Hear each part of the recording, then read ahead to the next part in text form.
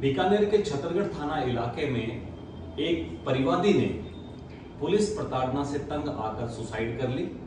Suicide करने के बाद एक सुसाइड नोट भी छोड़ा, जिसमें पुलिस थाने के एक हवलदार पर उसे परेशान करने का आरोप लगाया। और उसके बाद में जब परिजनों ने ये सूचना छतरगढ़ पुलिस को दी कि उनके भाई ने सुसाइड करके सुसाइड नोट छोड़ा है, तो पुलिस SHO संदीप कुमार ने उस घटना को सुसाइड की बजाय एक सामान्य घटना बता दिया और परिजनों पर राजीनामा समझौता करने के लिए दबाव डाला। फिलहाल परिजन जो शिशपाल नामक व्यक्ति जिन्होंने अपनी जान दी और सुसाइड नोट छोड़ा, उनके भाई पूर्णाराम मेरे साथ हैं और उनके दामाद अनिल मेरे साथ हैं।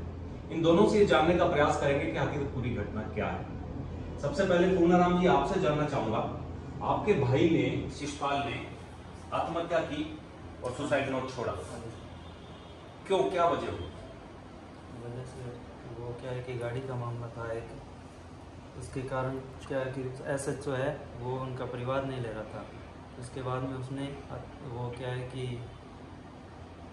जो छतरगढ़ थाना अधिकारी है संदीप जी और वो रामस्वरूप जी बिश्नोई को उसने जांच दी। उनके बाद जो रामस्वरूप जी बिश्नोई है उन्होंने उससे पैसे भी लिए और काम भी नहीं किया, ठीक है। उसके बाद वो उन्होंने भाई ने आत्महत्या कर ली और SHO है उन्होंने आत्महत्या करने के बाद में हमें परिवार पर ये कहा कि सभी आप जाओगे जेल के अंदर, अगर वो क्या है कि जो सुसाइड नोट अगर फाड़ दो नहीं तो सभी जेल जाओगे। इसलिए हमारे पर दबाव बनाते रहे। आज भी वो सभी SHO है और उनके जो भी कार्यकर्ता है सभी हमारे पर दबाव डाल रहे हैं।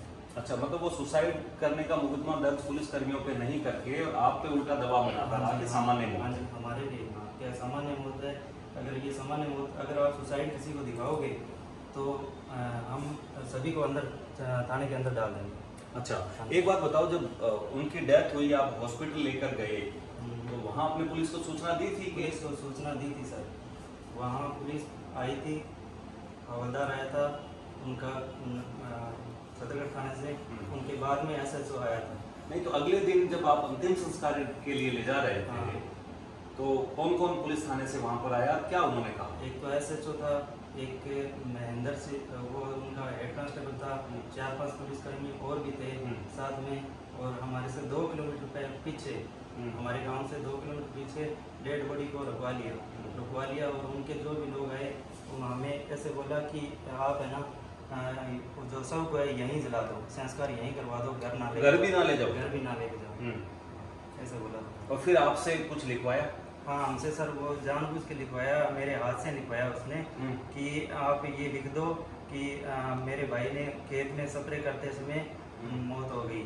मैंने कहा ये कैसे लिख दें सर, इसने सुसाइड किया है। तो उसने बोला कि अगर ये नहीं लिखोगे तो आप पे ही पूरा मुकदमा हो जाएगा पूरे परिवार पर, और पूरा परिवार है जो अंदर जाएगा सारा जेल के अंदर। उसके बाद में आपने क्या किया? आपने वहाँ पर बैठक शुरू की और फिर आप यहाँ बीकानेर SP से मिले। हाँ जी, क्या बात मिला सर? बैठक में हमारे से कोई भी जो हमारे समाज के लोग आते थे वो पूछते थे कि क्या कारण हुआ।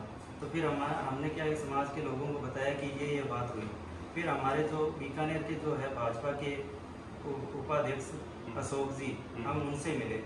अशोक जी ने फिर हमें जो हौसला बढ़ाया हमारा, और ये आगे की प्रक्रिया जो कि SP को हमने जो ज्ञापन दिया था, ये परिवार दिया था सर, और अभी तक हमारी कोई भी सुनवाई नहीं हुई है और FIR भी नहीं कोई दर्ज कर रहा है। मतलब आपने थानेदार और हवलदार के खिलाफ FIR दी? हाँ, दोनों के खिलाफ सर। अच्छा, दोनों के खिलाफ FIR चाहते हो आप? अनिल प्रजापत हैं जो मृतक शिशपाल के दामाद हैं। आप बता रहे थे कि उन्होंने एक दिन पहले आपसे फोन पे बातचीत भी की, तो इनके पास सुसाइड नोट है, आपके पास सुसाइड ऑडियो है। हाँ जी। क्या कहा था, क्या आरोप लगाए थे उन्होंने? जो पूरा प्रकरण था उनसे पहले उनसे बात हुई थी मेरी, तो 2 सितंबर और 1 सितंबर को मेरी बात हुई थी। 3 सितंबर को बात हुई थी और मैं 2 सितंबर से मेरी बात हुई थी उनसे। तो मुझे पूरा प्रकरण बताया था कि वे गाड़ी के लिए मैं एप्लीकेशन दर्ज करने पुलिस स्टेशन गया था। तो क्या है, उन्होंने पुलिस ने दर्ज नहीं की और फिर मैंने किसी के साथ मिलके और गाड़ी को मैंने तलाश किया। तो क्लास में पता यह चला कि एक रामस्वरूप बिश्नोई नाम के हवलदार से मैं मिला, तो उन्होंने बोला कि कुछ खर्चा लगेगा तो गाड़ी को पता मैं करके बताऊंगा। मतलब शिशपाल जी की गाड़ी इन्होंने बेच दी थी और जिसको बेची वो गाड़ी अपने नाम नहीं करवा रहा था। हाँ, इस बात की शिकायत हाँ, करते हैं? ये हाँ, गाड़ी बेच दी वो नाम 3 साल से वो न बीमा थी उसकी, न फिटनेस थी, उस कागज पूरे उसके खत्म थे। तो उनको ये परेशानी थी कि भाई अब वो काम करेगा डोडा पोस्ट का, वो बोलता रहा बार बार मैं कॉल करके मैं इसमें तू नाम मैं नहीं नाम कराऊंगा। जिसने गाड़ी खरीदी, हाँ वो बोलता है कि मैं कुछ भी कर ले मैं कुछ नाम नहीं कराऊंगा, मैं इसमें अवैध धंधा करूँगा, स्मैक का काम करूँगा, डोडा पोस्ट का काम करूँगा। फिर इसके कारण मैं परेशान होके फिर मैं रामस्वरूप जी से मिला।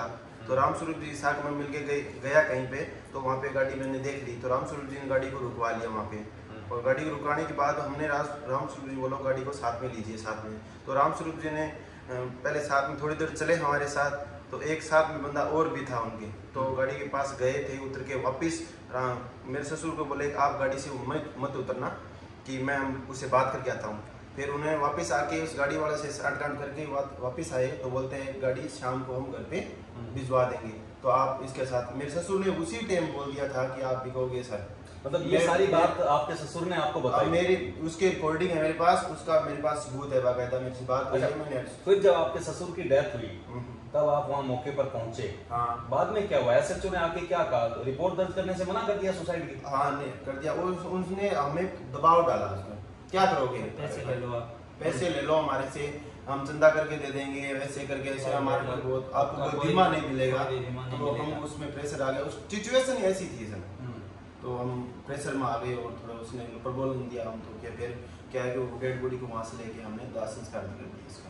ओके, तो अब आपका क्या कहना है? मतलब आप क्या चाहते हैं, क्या न्याय चाहते हैं? अब न्याय चाहते हैं। एक बात और बता दूं मैं, जो सुसाइड नोट है हाँ। उसमें तो आपके बारे में उन्होंने ये लिखा है कि मेरे दामाद अनिल से मुझे न्याय की वो वापस जरूर मेरे से लिखा है, मेरे से अपेक्षा थी, मैं बहुत बढ़िया पूरे घर की जिम्मेदारी मुझे देके गए हैं। उन्होंने बोला मुझे न्याय मिलना चाहिए, और वो रामस्वरूप हवलदार है उसको सजा होनी चाहिए, बस वो सस्पेंड होना चाहिए, वो मेरे को बोल के दे। सुसाइड नोट में बाकायदा सब चीज लिखी गई है, मेरे मौत का कारण क्या है। फिर थानेदार ने कार्रवाई क्यों नहीं की? फिर वो कारण वही प्रॉब्लम है कि हम इधर से बैकवर्ड सेल में गरीब लोग रह गए, तो सर क्या करें बताओ। वहां से हमें उसी टाइम दबा दिया था, कुछ लोग और थे वहाँ के सरपंच वगैरह, तो उन्होंने दबा दिया हमें, तो उसको आपको पैसे मिल जाएंगे, आपको बीमा क्लेम नहीं मिलेगा। तो सर गरीब की क्या जरूरत होती है, पैसे अगर घर चलता रहे, बस वही प्रॉब्लम। अच्छा, फिर अब आप लोग क्या चाहते हैं? आपने ये ज्ञापन जो है परिवार जो है वो दिया, इस पर एफआईआर दर्ज नहीं हो रही अभी तक। अब आप क्या कर रहे हैं आगे? सर हमने एप्लीकेशन दी है एसपी को और आईजी को, मैंने लिखा है ज्ञापन, तो अभी तक 24 घंटे से ऊपर हो चुके हैं, अभी तक कोई एफआईआर दर्ज नहीं है सर। अच्छा, आप केंद्रीय मंत्री अर्जुन राम जी से भी मिले? जी हाँ जी, आप आज सुबह ही मिले हैं। क्या कहा? तो उन्होंने ये आश्वस्त किया है कि हमें कि मैं एसपी को फोन करता हूँ, आपको जल्द से जल्द आपको न्याय मिलेगा। आप क्या चाहते हैं फाइनल? फाइनल ये चाहते हैं उसको सजा, दोनों इंस्पेक्टर और वो इंस्पेक्टर एसएचओ और उसको हवलदार सजा हो, बस हम उनको न्याय मिले, उनकी आत्मा को शांति मिले, बस हम ये चाहते हैं। ठीक, देखिए पूरा किस्सा आपने देखा, समझा। ये एक लंबी चौड़ी एक परिवार है जिसमें मृतक के दामाद और मृतक के छोटे भाई ने अपनी सारी पीड़ा लिखी हुई है। एक व्यक्ति जो सीधा शरीफ व्यक्ति था वो थाने जाता है कि मुझे न्याय चाहिए, उसे न्याय की जगह वहां पर अन्याय मिलता है। राजीनामा, समझौता, इन सब चीजों को उस पर दबाव बनाया जाता है, उससे पैसे भी खर्चा पाने के नाम पर ले लिए जाते हैं। इन सब बातों से तंग आकर वो व्यक्ति सुसाइड कर लेता है और सुसाइड नोट छोड़ देता है जिसमें उस पुलिस वाले का नाम भी लिखता है। परंतु उसके बाद में भी बेशर्म एसएचओ देखिए कि वो मौके पर आता है और उस सुसाइड की घटना को सामान्य घटना बना देता है। इन लोगों के पास में उस एसएचओ के द्वारा जब इस समूची घटना के लिए दबाव बनाया जा रहा था उसका एक वीडियो भी है। अब देखना होगा, इन्होंने गुहार लगाई है न्याय की। एसपी बीकानेर तेजस्विनी गौतम ने इन्हें कहा है कि आप परिवार दीजिए, मैं एफआईआर दर्ज करूंगी। अभी तक परिवार की एफआईआर इनकी नहीं दर्ज हुई है। अब ये लोग आला नेताओं के यहाँ चक्कर काट रहे हैं। परंतु इस समूचे घटनाक्रम से एक बात सीखने को मिलती है कि न्याय पाने के लिए संघर्ष करना बहुत जरूरी है। अगर आपके पास संघर्ष करने का मादा है तो हो सकता है आपको न्याय मिल जाए, अन्यथा जिस तरह का ये घटनाक्रम है और जिस तरह के इसमें किरदार सामने आए हैं उससे ऐसा लगता है कि अभी भी सरकारों को ये सोचना होगा कि थानों में न्याय कैसे मिलता है।